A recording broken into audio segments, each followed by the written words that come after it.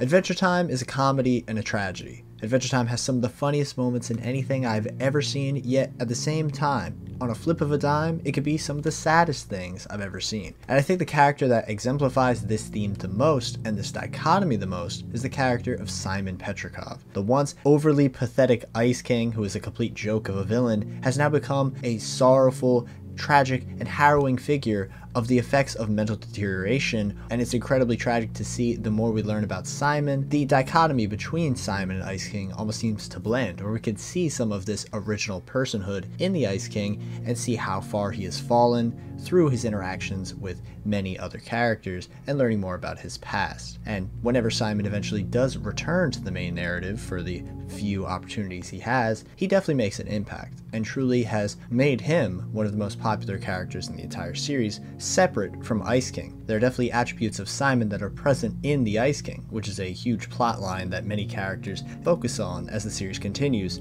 But obviously, as Ice King says himself, "Lady, this Simon sounds cool, but I'm Ice King. I guess I'm a special person, and I am worthy of respect." Now when Simon finally makes his grand return to the world of Ooo and is able to finally be free of the curse of the crown, he should feel happy. However, he feels nothing but regret and loss, just like he did as Ice King, but now in a completely different context through the loss of his love. So he spends years and years searching for her in any effort to get her back, yet he fails time and time and time again. It shows just how dedicated he is to saving her, which is an amazing parallel to her saving him. And if you want to learn more about my thoughts on that, there's a video right here. These videos are kind of like sister videos in a sense. Check it out if that sounds interesting. But before I get into that, I just wanted to say thank you so much to all the people who have been supporting. We're almost at 7.5K, meaning only 2.5K away until the tattoo goal,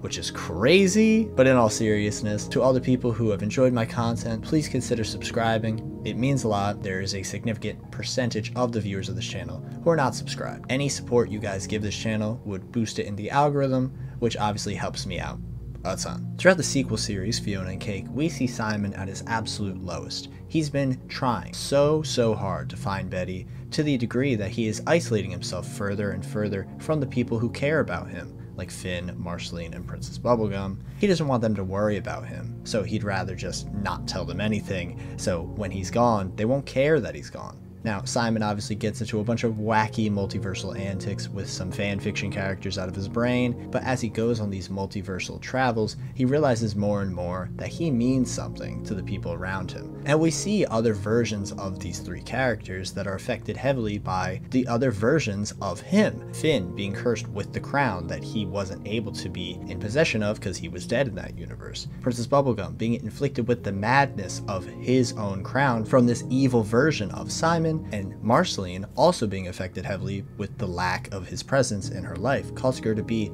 pretty psychotic and horrible, honestly. So it goes to show just how impactful he is on all of their lives in different ways in every single timeline, seemingly. He's important, but not in the ways you'd always expect him to be. As the series continues onward, we see that he's important not just because of him affecting these other lives, but because of him affecting Fiona and Cake's lives, with the world they live in literally being in his brain, which I thought was a really cool way to show a lot of parallel imagery from her world and their world as the series went onward. It was very creative in my opinion. Simon has this crushing responsibility that he feels, and he has this moment of panic, and he breaks down in front of Betty. He's unable to handle all the stress that wasn't really given to him, it's just something that just happened to be there. Because she cares so much about him, she literally used her godly powers to free him of that responsibility so he could just be himself. Now that Simon doesn't have this thing, he can move on and do more things with his life than constantly fixate on other people. He could finally fixate on himself and why he wants to be himself.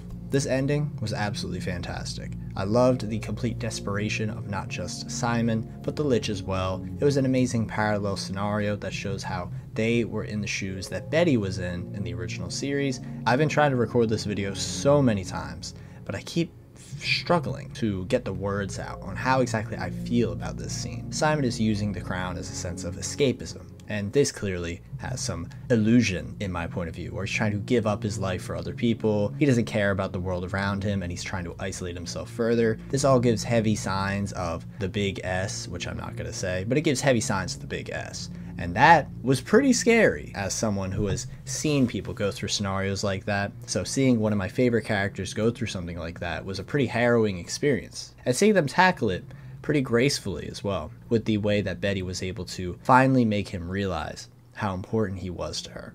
But this scene right here, where he talks about how he really feels as though he has nothing to live for and only could serve to benefit someone else, that broke me. The imagery of this setting that they're in with Golb is complete and utter darkness. There's nothing surrounding them, and only when Betty is able to save Simon does he return to a very beautifully lit garden full of life and hope.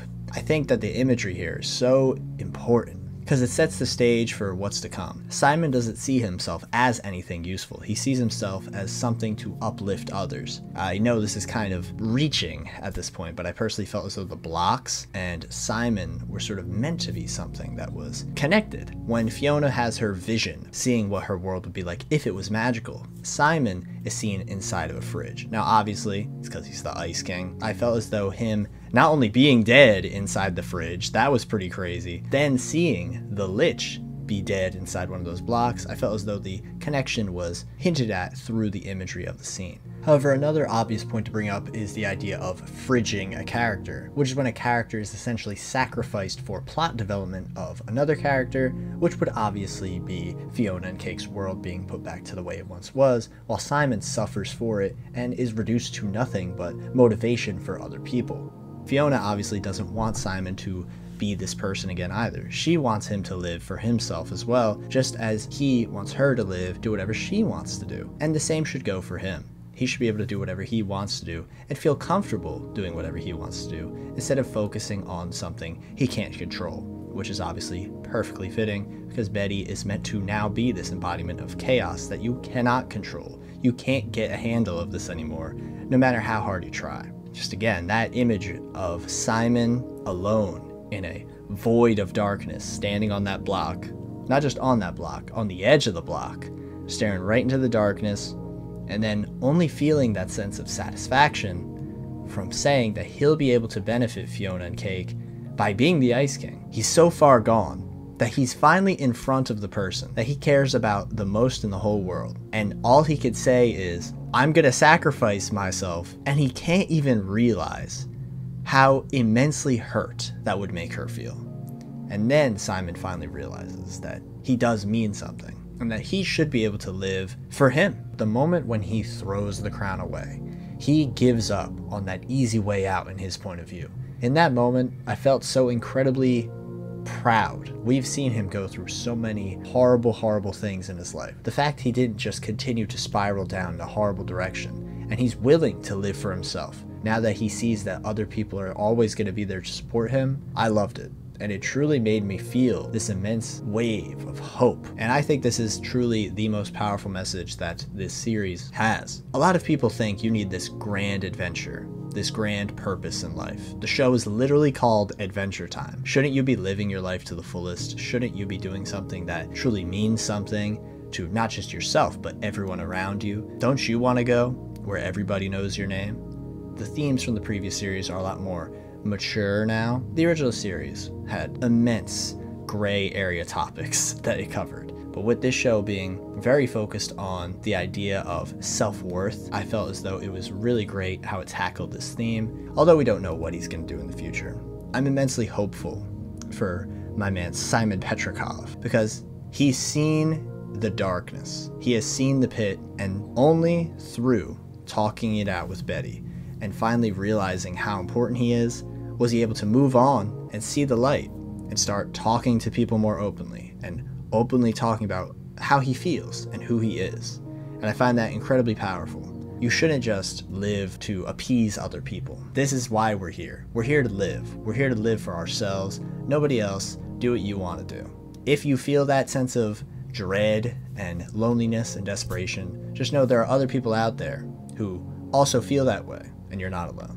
I think it means a lot to a lot of people when stuff like this is talked about. It meant a lot to me, which is why I wanted to talk about it. Thank you so much for watching this video. This is a video I've wanted to make since the series ended, but I always struggled to come up with the actual words for it. So I hope you enjoyed. Take care, and have a good one.